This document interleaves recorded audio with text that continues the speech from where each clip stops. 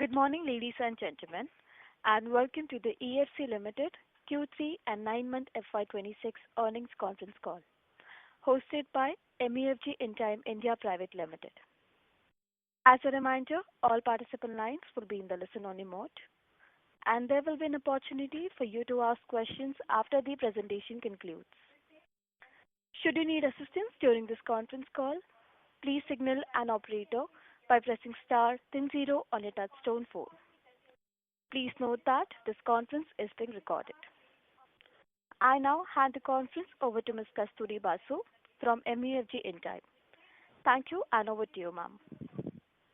Thank you, Sapnali. Good morning, ladies and gentlemen, and welcome to Q3 and 9 months FY26 earnings conference call of EFC India Limited.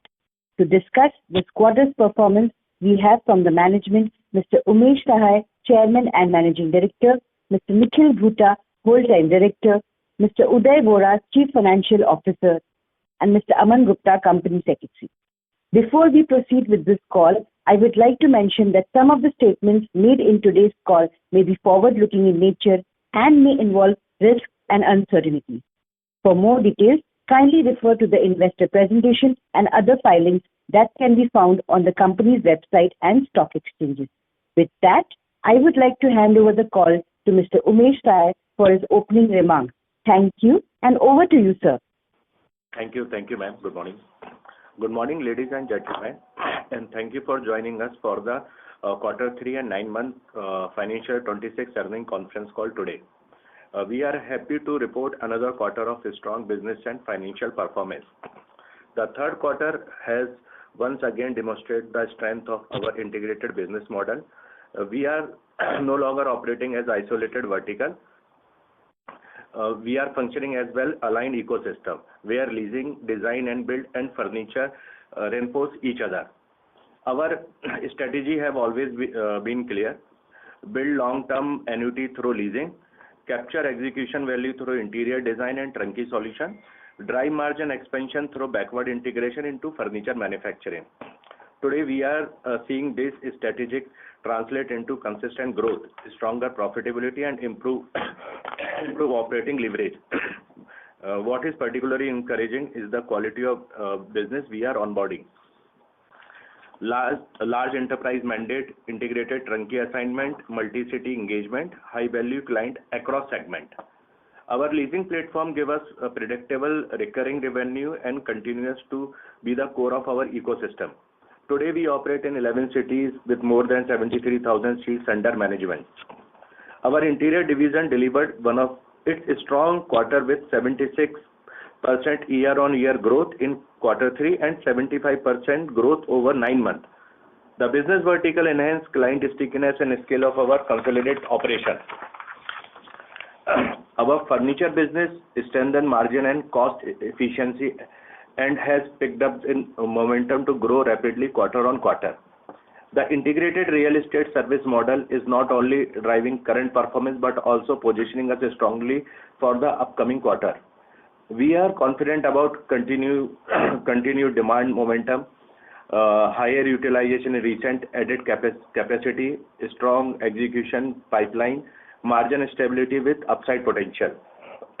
The managed workspace industry in India is growing steadily due to more outsourcing by companies, expansion of GCC, Global Capability Center, and increasing demand for flexible office spaces, which give us confidence in our long-term growth.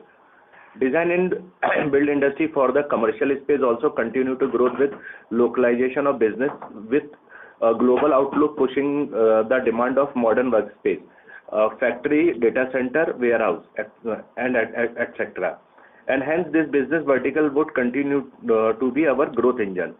Furniture industry is in the consolidation phase with organized player meeting the ever increasing Indian consumer demand by offering highest quality and design standard for furniture product. Ek Design, our furniture vertical, is setting those highest standards to be the leader in the furniture industry.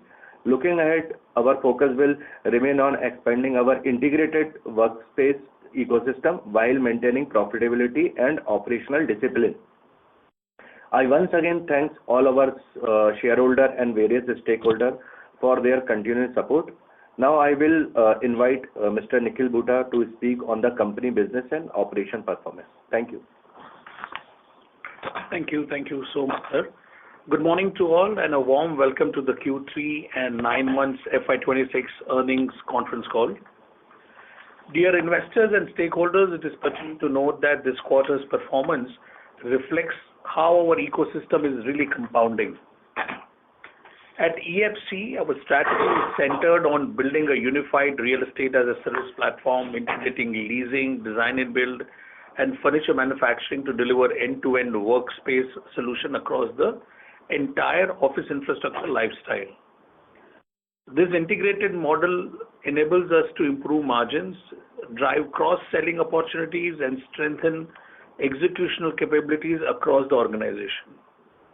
I would briefly take you through the business and operational performance of EFC India Limited during Q3 and the 9-month period of FY26 and how our integrated ecosystem continues to scale across verticals. Leasing, the foundation. The leasing vertical remains the largest contributor to our operations. As of Q3 FY26, we operate 91 centers managing over 3.69 billion square feet, serving 720 plus clients, with enterprise customers contributing approximately 65% of revenue while maintaining occupancy above 90%. Our average enterprise client tenure of approximately 48 months reflects strong client retention and long-term demand visibility. Seat capacity continues to expand steadily, supported by inventory under development and ongoing capacity additions, which positions us well for future growth. Our leasing portfolio remains well diversified across sectors such as technology, consulting, BFSI, and manufacturing, which helps maintain stability in occupancy and revenue performance. What is important, it is not just occupancy, it is the client mix. We are seeing large enterprises, multi-location mandates, and longer engagement cycles. Leasing continues to be our backbone with high occupancy levels and stable demand across key markets. This vertical gives us predictable cash flow and operating leverage. This provides visibility and stability. Coming to interior and design and build, the growth accelerator division of EFC India Limited. The design and build vertical continues to scale steadily, supported by strong execution capabilities and ecosystem synergies. Our order book stands at over rupees 160 crores, giving strong outlook for the future sustainable growth. As of Q3 FY26, we have designed more than 5.1 million square feet, serving 40 plus clients across multiple locations. This vertical plays an important role in enhancing customer engagement across the workplace lifecycle and strengthening ecosystem synergies. Our design and build vertical is benefited significantly from 1, the existing leasing clients upgrading or expanding, 2, new enterprise mandates that require turnkey execution, and 3, the new mandates from diversified sectors bring stability through diversity.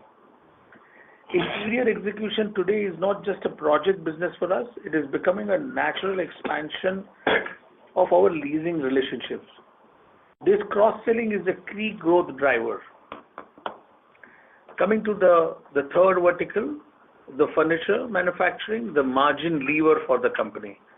Our furniture manufacturing business, Ek Design Industries Limited, continues to demonstrate strong operational progress and remains central to our backward integration strategy.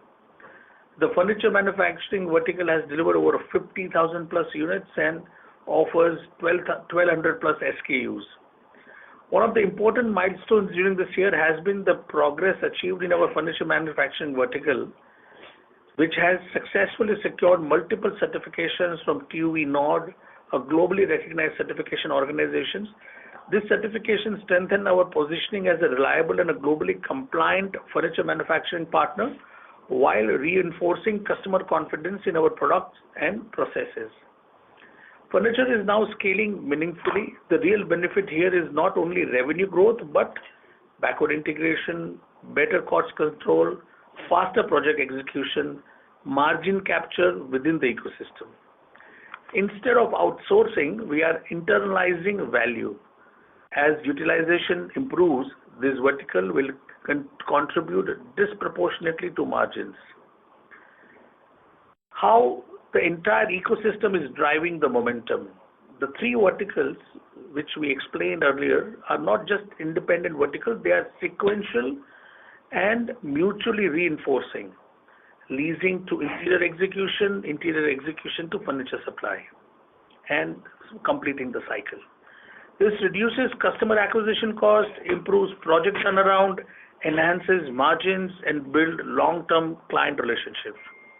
That is why we are seeing strong revenue momentum, improved profitability, better operating efficiency, and visibility into future quarters.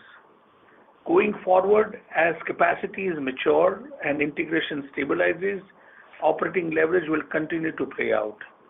To summarize, we remain encouraged by the operational progresses across the business and will continue to focus on disciplined growth and executional across all verticals. Thank you once again for your continued trust and support in EFC India Limited. With that, I would like to hand over the call to Mr. Uday Vora, our CFO, who will walk you through the financial highlights of the quarter. Thank you, and over to you, Uday. Thank you, sir.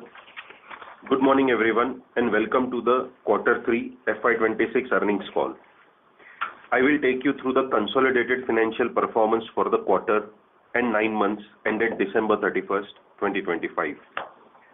During Q3 FY26, the company delivered strong growth across revenue and profitability. Revenue for the quarter stood at 270 crores, representing a 52% year-on-year and 6% quarter-on-quarter growth, reflecting strong momentum across leasing, interiors, and furniture verticals. EBITDA for the quarter was 112 crores, registering a growth of 20% year-on-year, while maintaining stable operating margins despite ongoing expansion. Profit after tax reached 62 crores, representing 54% year-on-year and 10% quarter-on-quarter growth. This performance reflects strong operating leverage and disciplined cost management across the business. For the 9-month period, the company delivered robust and broad-based financial growth. Revenue reached 745 crores, representing a 67% year-on-year growth, while EBITDA grew 325 crores, up 49% year-on-year. Profit after tax for 9-month FY26 stood at 166 crores, reflecting 79% year-on-year growth. Importantly, PAT for the 9-month period has already exceeded the full year FY25 PAT, highlighting strong execution and scalability of the business model. From a segment perspective, growth remained well diversified across verticals. The leasing segment recorded revenue of approximately 135 crores in quarter 3, supported by seat expansion and strong enterprise demand. The design and build segment delivered a revenue of about 119 crores, reflecting continued execution momentum and strong client engagement. The furniture vertical contributed approximately 16 crores in revenue and continues to scale in line of our strategy. The evolving revenue mix across vertical reflects increasing contribution from design and build and furniture alongside the leasing business. Overall, the company delivered strong revenue growth, improved profitability, and stable margins during the quarter, supported by the strength of our integrated ecosystem and disciplined financial management. It is important to note that the margins have remained stable despite scale expansion, reflecting operating leverage. With this, I conclude my remarks on the financial performance. I thank all our shareholders and partners for their continued support. I would now like to hand it back to the moderator to open the floor for questions. Thank you. Thank you very much. We will now begin with the question and answer session. Anyone who wishes to ask a question may press star or 1 on the touchtone telephone. If you wish to remove yourself from the question queue, you may press star and 2. Participants, you are requested to use handsets while asking a question. Ladies and gentlemen, we will wait for a moment while the question queue assembles.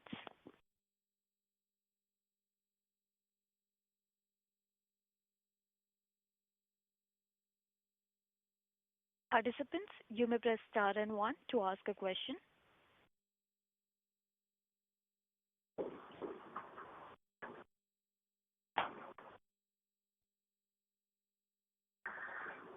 We'll take the first question from the line of Akash S., an individual investor. Please go ahead. Umesh sir, Nikhil sir, Uday sir, many congratulations on such stellar numbers. I wanted to understand, firstly, many congratulations on the past few years of numbers and the delivery that EFC has given for its shareholders. I want to understand what is your long-term vision for the company and what milestones should we as investors and your stakeholders watch out for in the coming few years? Thank you so much, Akash. And we all are at EFC are pleased to, kind of serve well for the company and continue growing profitably. In terms of your questions, yes, we as a company would like to grow, as explained earlier, also in our previous calls, that as a real estate as a service ecosystem, that is what we would like to grow as. We would like to, kind of categorize as somebody who is not just operating leasing business, but also complementing it with his design and build and the furniture manufacturing capabilities. And hence, overall, as an integrated ecosystem, that is what we would like to be known as, and we would like to continue operating as.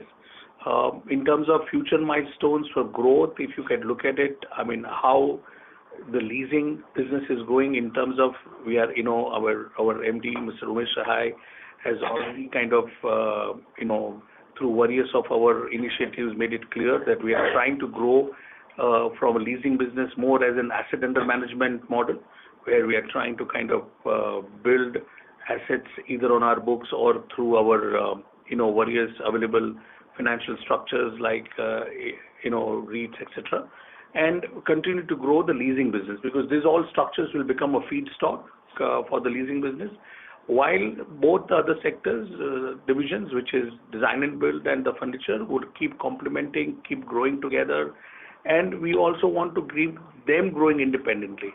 So in terms of milestones, all the three verticals would provide a lot of growth indicators, which our investors should really take note of. And going forward, that will only be the growth engines for our company in totality. Akash. Perfect, sir. Thank you. Thank you so much. Welcome, please. Thank you. We'll take the next question from the line of Mohan Sharma from Tirupati Investments. Please go ahead. Thank you. Congratulations, EFC management, for the stellar performance. Further to last question, I would like to understand your furniture margin, which is quite healthy in Q3. Is this driven by one-off large order, or is it a sustainable run rate? What is the current capacity utilization at Take Design? If you can put some light on it. Yes. Thank you, Mohanji. No, certainly the furniture margin, as Uday has also mentioned in his speech, this has continued to grow. This has continued to get consolidated because, once we improve our capacity utilization, the margins are going to get much stabilized and much improved.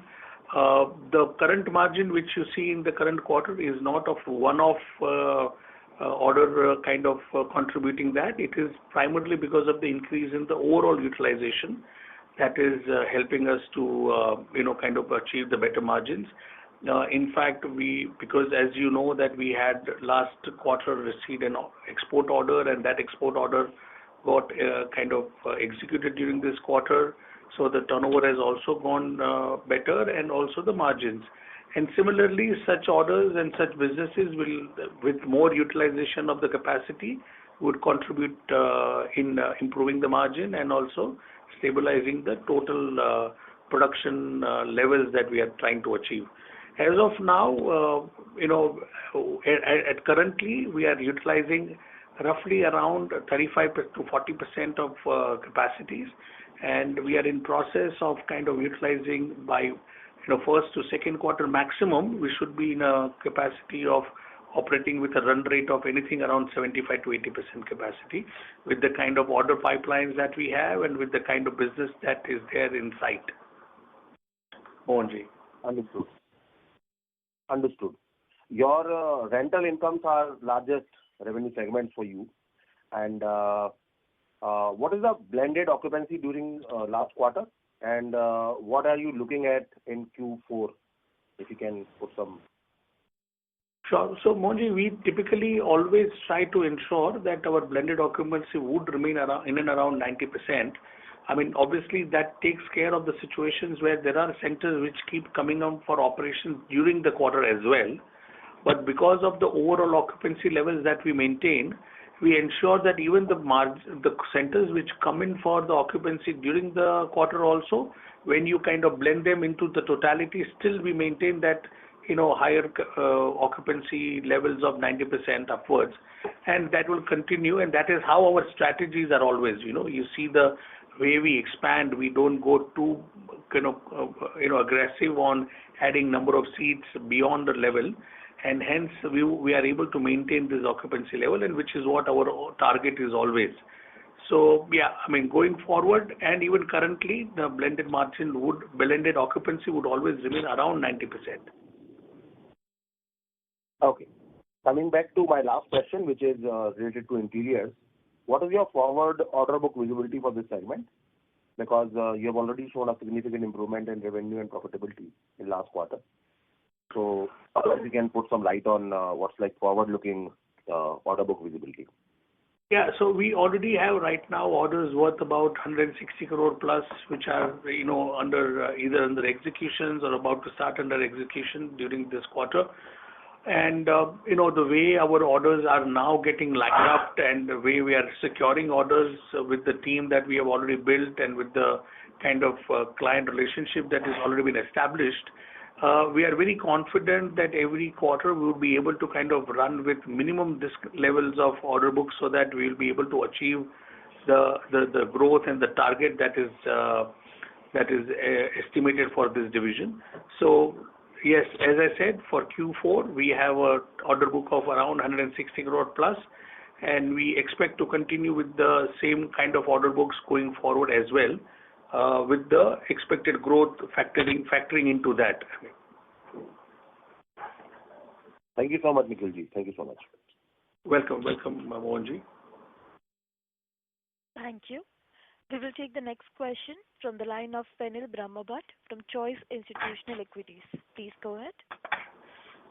Hey, good morning, everyone, and congratulations on the strong performance during the quarter. I have a couple of questions for the management. So I'll start with first. We already added 13,000 seats during 9 months FY26, and our target is around adding 20,000 seats every year. So how much we are confident on adding 7,000 further seats in Q4 FY26? Yeah, so there are already a good amount of pipeline which has been developed, and we are fairly confident that we will be able to reach that numbers that we are targeting to. We already have about more than 5,000 seats in the pipeline out of the 7,000 that we are talking to achieve the number of around 20,000.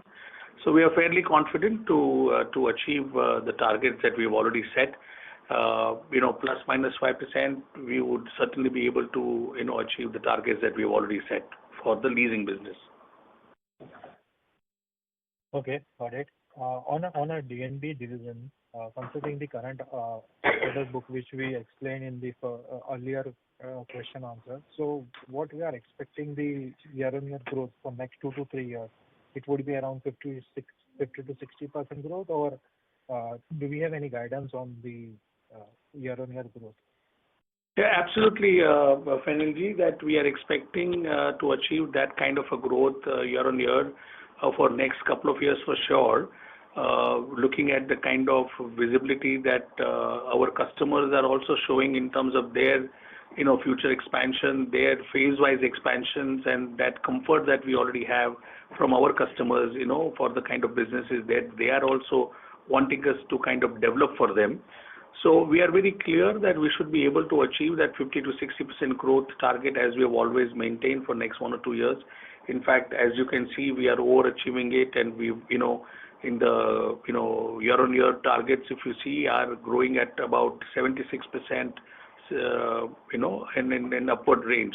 So achieving the 50 to 60% targets growth is something that we are fairly confident, and we should be able to achieve that on an annual basis for sure. Okay, great. My another question on EBITDA margin. So EBITDA margin constants for the quarter, mainly due to expansion, I can understand.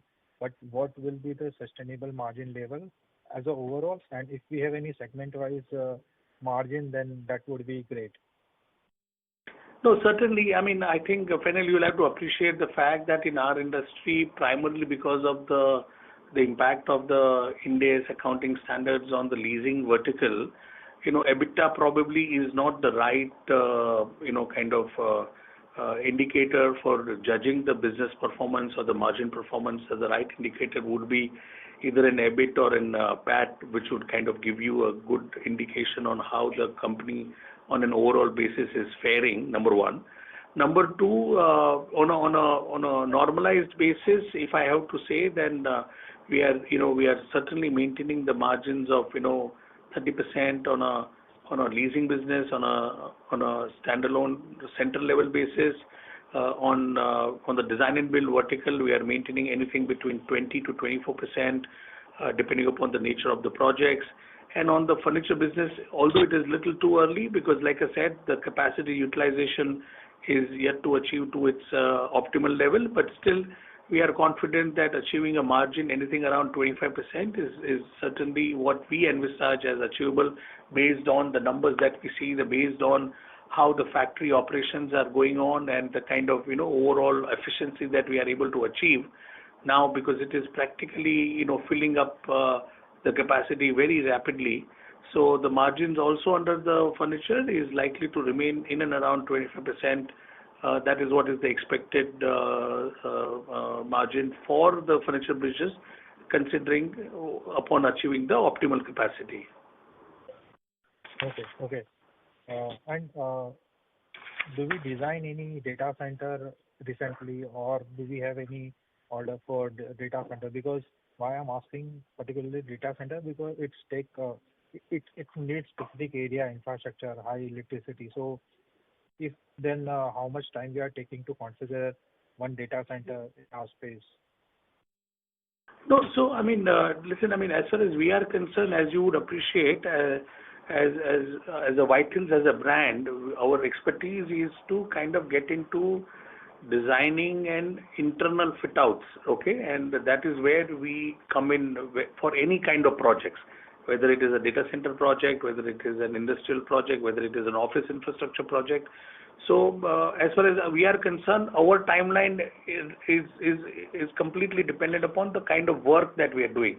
And since our work is all about internal designing and execution, so our timeline doesn't get affected by the other aspect of that project for that project to get developed. I hope you understand and appreciate what I'm trying to say. So I think it doesn't matter to us, any type of project which comes, our timelines would run around the similar levels, and I think we'll be able to achieve them and complete them in the similar time fashion. Okay, got it. And I'm just confirming, like for furniture, we are operating right now 35 to 40% capacity, right? So, and we are targeting 75 to 80% by first quarter or second quarter 27. So, or further of whatever we have. So, do we have any expansion plan on the furniture segment, or any new plant or something is coming in the short-term period? And if yes, then how we are going to tackle those oversupply or whatever the new supply which is coming from that plant, considering the competition in the market and lower demand, and also anything on this? No, certainly. I think the expansion, first of all, in terms of achieving the 70 to 80% of capacity utilization, I think we should be able to do that by end of second quarter for sure.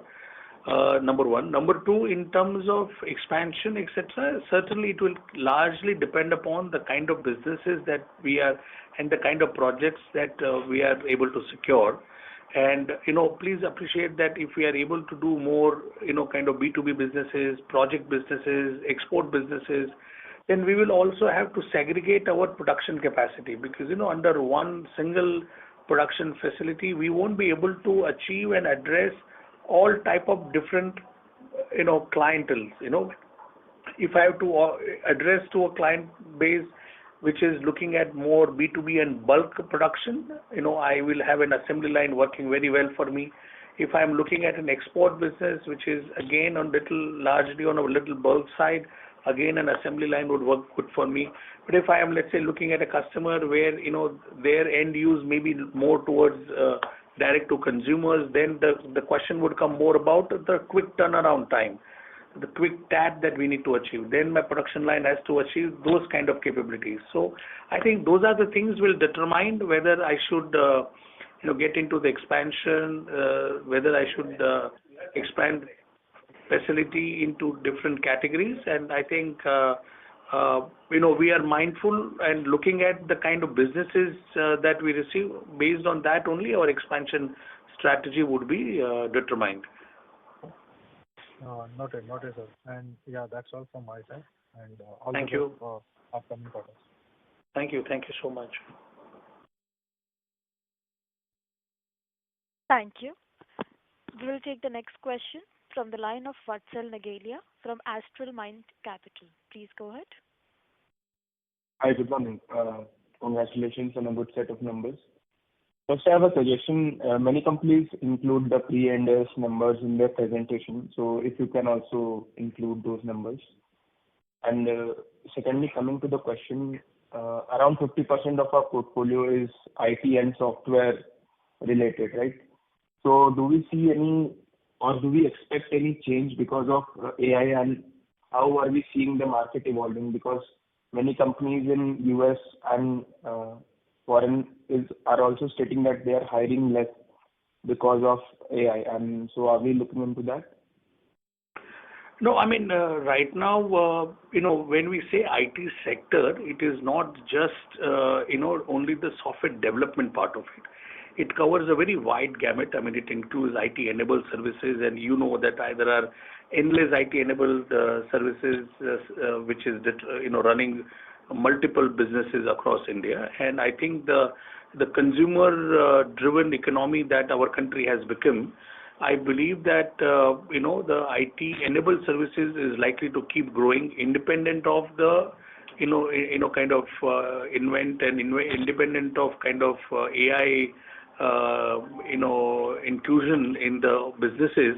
It is always going to kind of increase the, use of IT-enabled services rather than reducing the IT-enabled services. So, I mean, we don't see any significant impact on that as far as we are concerned. Like I said, because it is not just IT development which matters to us, it is all IT-enabled services which matters. So, positively, we are, with the kind of demand that we are seeing already, since last 6 months also, even after so much of AI-related buzz around, we don't see any kind of reduction in the business from the IT-enabled services sector as is concerned. So what I've been hearing also is that some companies, big companies, are shifting to a lease model because they don't want to build an infrastructure which they don't have demand for right now. So they are moving to lease model. So are you also seeing that many companies who are building their own buildings now are moving to you? Yes. I mean, that is precisely the reason why the growth in our sector has really been coming from. If you see that everybody, from our customers' point of view, they all want to go little capex light. They all want to focus on their core sectors. And that is where they see the synergies between our businesses and their businesses, where we provide this specialized services of managing the real estate for them. whether in terms of taking the property, building it up, designing it up the way they want it, furnishing it with the way they want it, and then operating it for them so that their focus remains on their core business. Their entire capex goes out of their books, and in fact everything comes under their opex, and that is the precise reason why our industry is really getting the momentum. And it is fairly logical also, right? I mean, why somebody would go and kind of deploy their capital into activities which are their non-core activities. And hence, I think this is really helping us, and we are seeing that continuously, where more and more traditional businesses, which were also earlier, where, as an Indian mindset, we always had a mindset of owning our own offices, operating our own offices, but, with the growth and with the kind of expansion that they are also into, and the kind of the domestic market that they need to serve into, I think everybody realizing the benefit of this model, and that is helping us tremendously for sure. Also, one last thing I wanted to understand was that how are you, what role do you play in the data center space? I couldn't understand that. Oh, no. So what I try to explain is that we are agnostic to any projects. It doesn't matter to us whether it is a data center or a factory development or a healthcare center development or office infrastructure development or education institution development.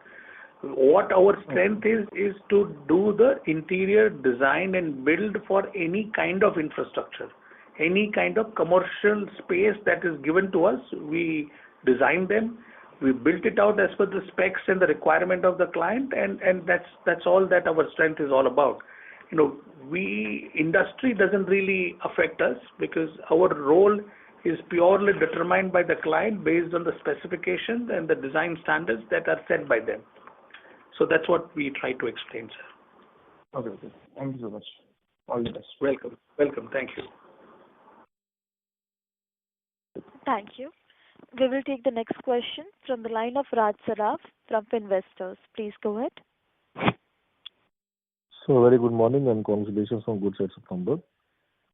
So, when you talk about the margin in rental space and interior and even furniture, so do you talk about, sir, EBITDA margins or PBT margins or PAT margins? So we prefer to kind of focus on PAT because at the end of the day, that is what matters. If you want me to break it down for each sector also, each vertical also, please appreciate that because of, as far as the leasing is concerned, because of the Ind AS implication, it is better to look at more from a PAT point of view.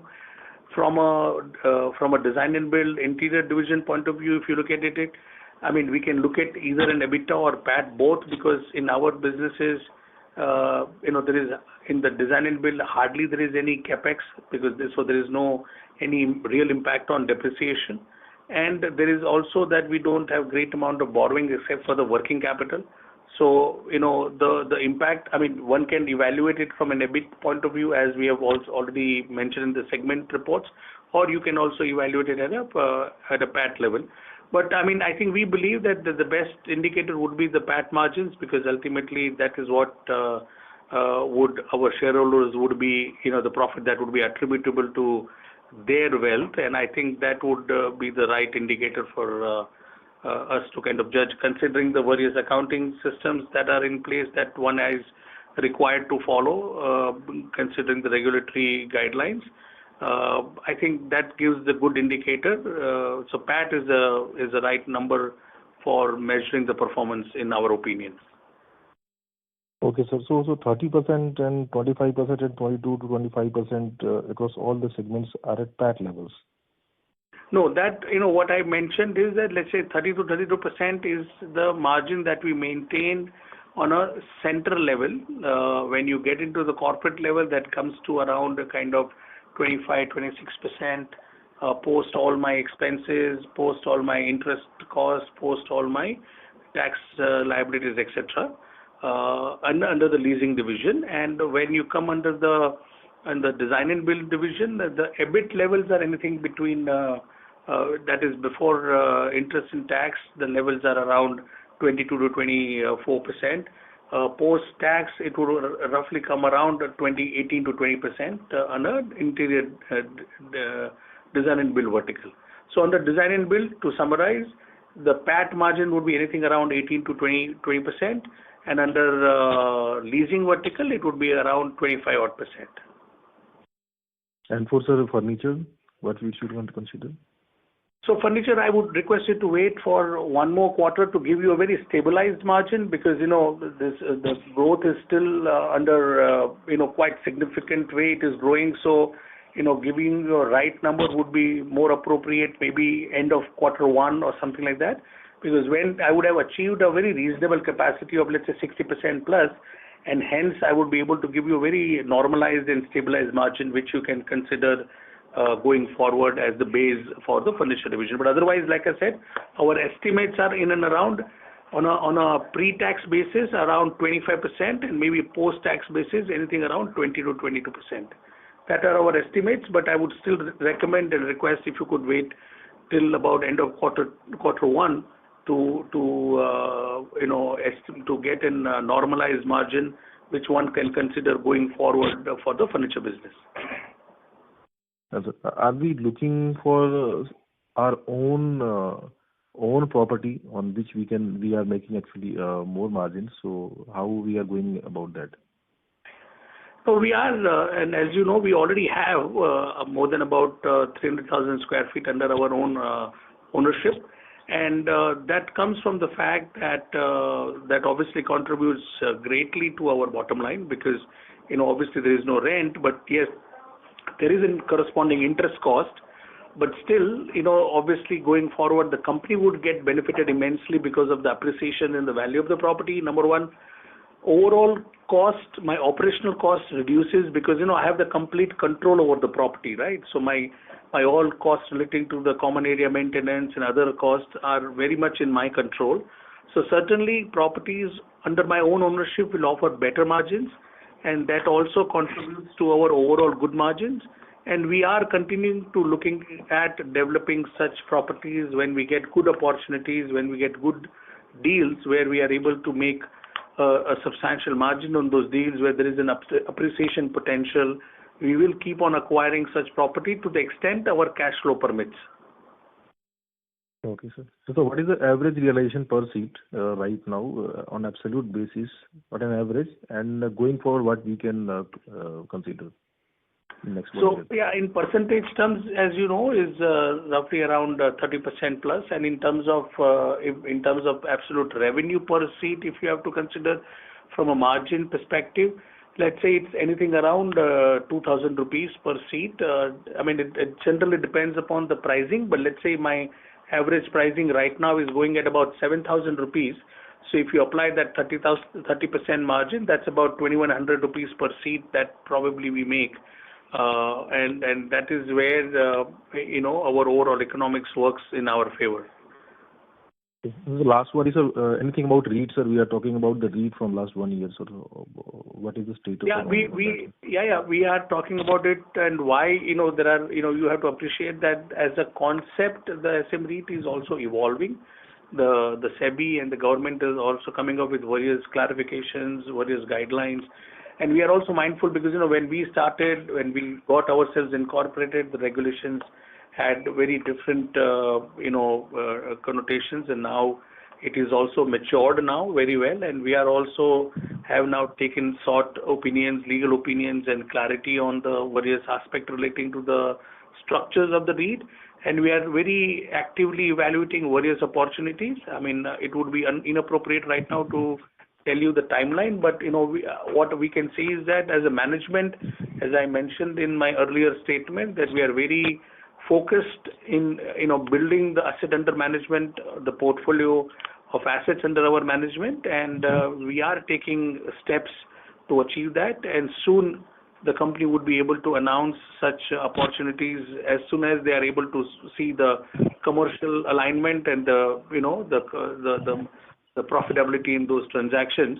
We would certainly come in and come up with those structures to get implemented for the company. Yeah, thank you very much, sir, for replying all my questions, and good luck for next endeavors. Thank you so much. Thank you very much. Ladies and gentlemen, we will take that as the last question for today.